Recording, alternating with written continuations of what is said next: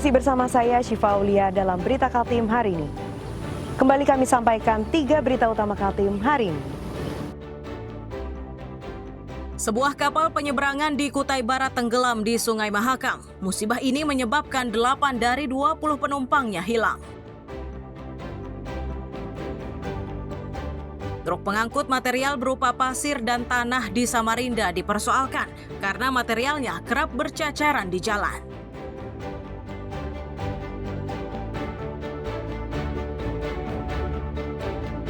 Pasca gempa, kelompok lintas agama di Tarakan gelar doa bersama.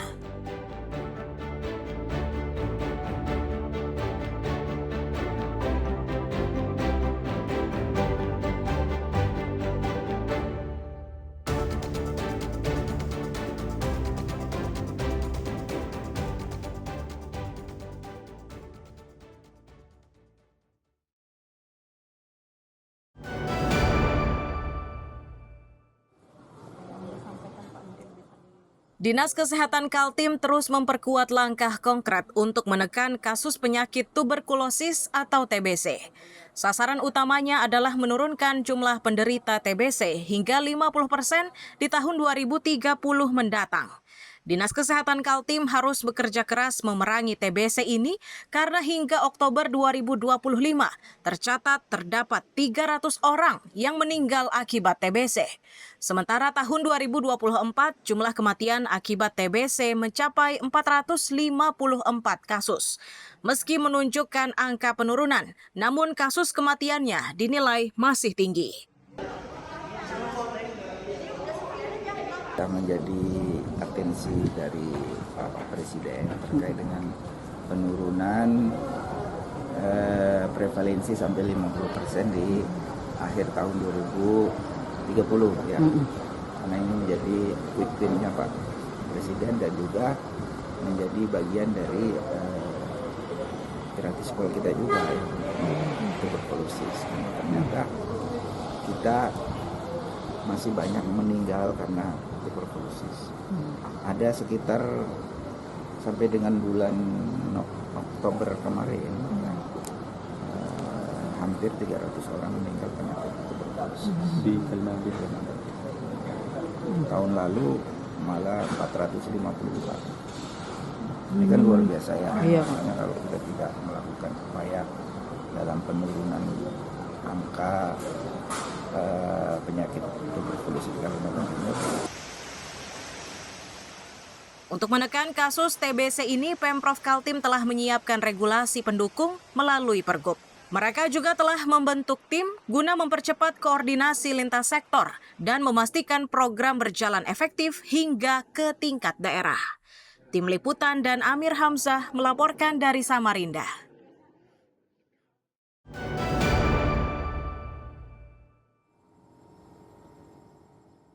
Tulisan gedung ini akan digunakan oleh Temindung Kreatif Club terpampang jelas pada salah satu bangunan di kawasan bekas Bandara Temindung Samarinda. Tulisan tersebut mengindikasikan jika areal eks-bandara itu akan segera dimanfaatkan.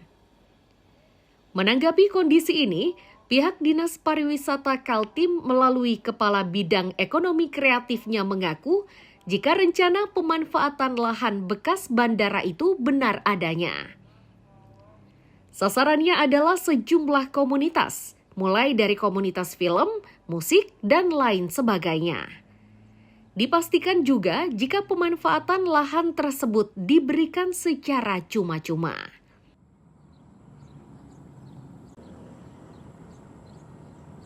Kita sangat senang mereka menggunakan itu sebagai sarana baru, ruang kreasi baru bagi mereka. Yang memang ini kita usulkan kepada komunitas-komunitas, ya kan, komunitas-komunitas tadi ada film, ada musik. Nah kemudian ini free, tidak berbayar. Nah harapannya mereka menggunakan ini sebaik-baiknya, ya kan, agar pertumbuhan dari ekonomi kreatif ini dari teman-teman komunitas lah yang kita andalkan nanti yang menggelora di situ dan dapat tumbuh perekonomian kerakyatan yang terbarukan. Sementara Sekretaris Daerah Provinsi Kaltim menyatakan seluruh status aset bandara masih didata. Pendataan ini pun melingkup legalitas sertifikat lahan sebagai dokumen sah milik pemerintah provinsi. Saat ini kan sedang dilakukan pendataan, termasuk juga dari status aset itu. Jadi misalnya apakah sudah punya sertifikat atau belum. Kalau belum bersertifikat, suratnya baru yang belum sertifikat itu surat ada dokumen kepemilikan, tetapi belum sertifikat, maka kita akan jadikan itu sebagai sertifikat untuk kepemilikannya. Berarti bentuk tindak lanjut dari kunjungan Menteri kemarin juga? Ya tidak hanya itu, memang tugas kita, memang kita sekarang sedang memperbaiki, menertibkan data-data aset.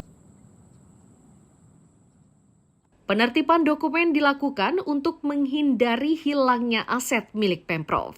Fungsi lain dari penertiban dokumen kepemilikan untuk mengoptimalkan pendapatan asli daerah.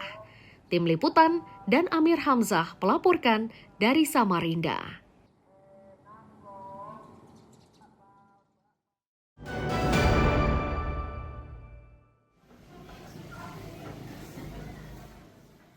Makan bergizi gratis atau MBG di SD Negeri 001 Balikpapan Kota sudah berjalan selama 2 bulan.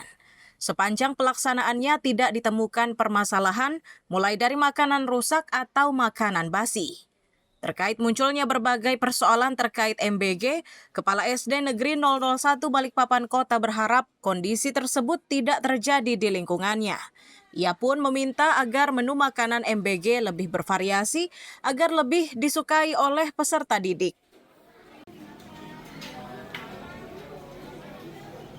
Mudah-mudahan kegiatan MBK ini bisa berlanjut dengan kualitas makanan yang sangat menyenangkan bagi anak-anak kami. Supaya anak-anak kami menjadi anak-anak yang tumbuh, kembang, sehat, menjadi generasi muda yang membangun menjadi generasi emas di tahun 2045. Terima kasih. Penerima manfaat untuk sekolah ini ada berapa? 730 siswa. Sementara Wali Kota Balikpapan menyebut target sebanyak 150.000 pelajar penerima MBG akan terus digenjot. Terkait usulan harga MBG per porsi, Pemkot tetap akan mengikuti aturan dari pemerintah pusat. Meski begitu, koordinasi bersama TNI dan Polri akan terus dilakukan. Ini akan kita cukupin targetnya nanti. Jadi kita selalu berkoordinasi, berkolaborasi dengan TNI Polri ya, supaya cakupan dari MBG itu bisa sesuai dengan target. Ada usulan harga tuh Pak, menyesuaikan Ya, Balikpapan. Harga MBG Ya ada, artinya ini kan semua harga dari pusat. Kita ikutin aja, sudah dari pusat yang ditetapkan dari pusat, yaitu kita laksanakan di daerah. Kalau misalnya kurang Pak, apakah ada penambahan APBD atau apa? Mudah-mudahan enggak. Untuk wilayah Balikpapan, targetnya sebanyak 65 SPPG. Sejauh ini baru 10 yang beroperasi dan yang aktif baru 7 SPPG. Riani Mantini dan Amir Hamzah melaporkan dari Balikpapan.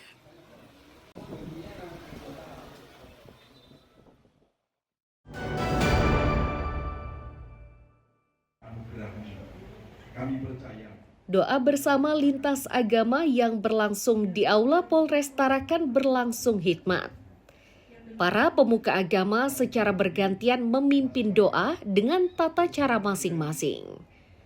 Selain tokoh-tokoh agama, kegiatan tersebut juga melibatkan TNI, Polri, serta organisasi kemasyarakatan.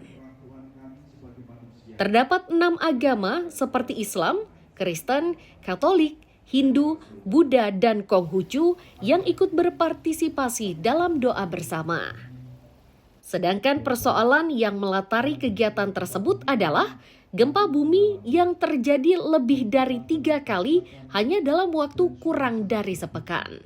Penyertaannya, sekalipun bergelora dan berbuih air laut. Doa bersama, yakni para tokoh agama dan seluruh elemen masyarakat.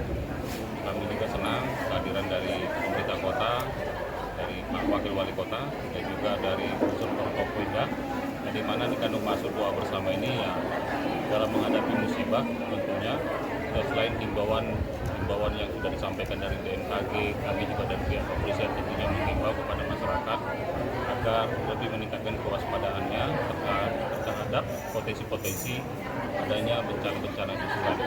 Berkatilah seluruh aparat keamanan.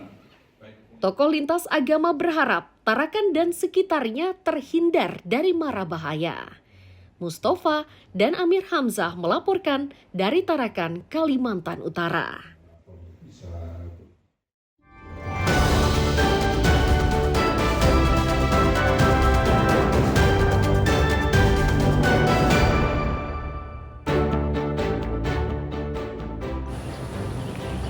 Pemirsa, berita tadi menjadi akhir perjumpaan kita hari ini.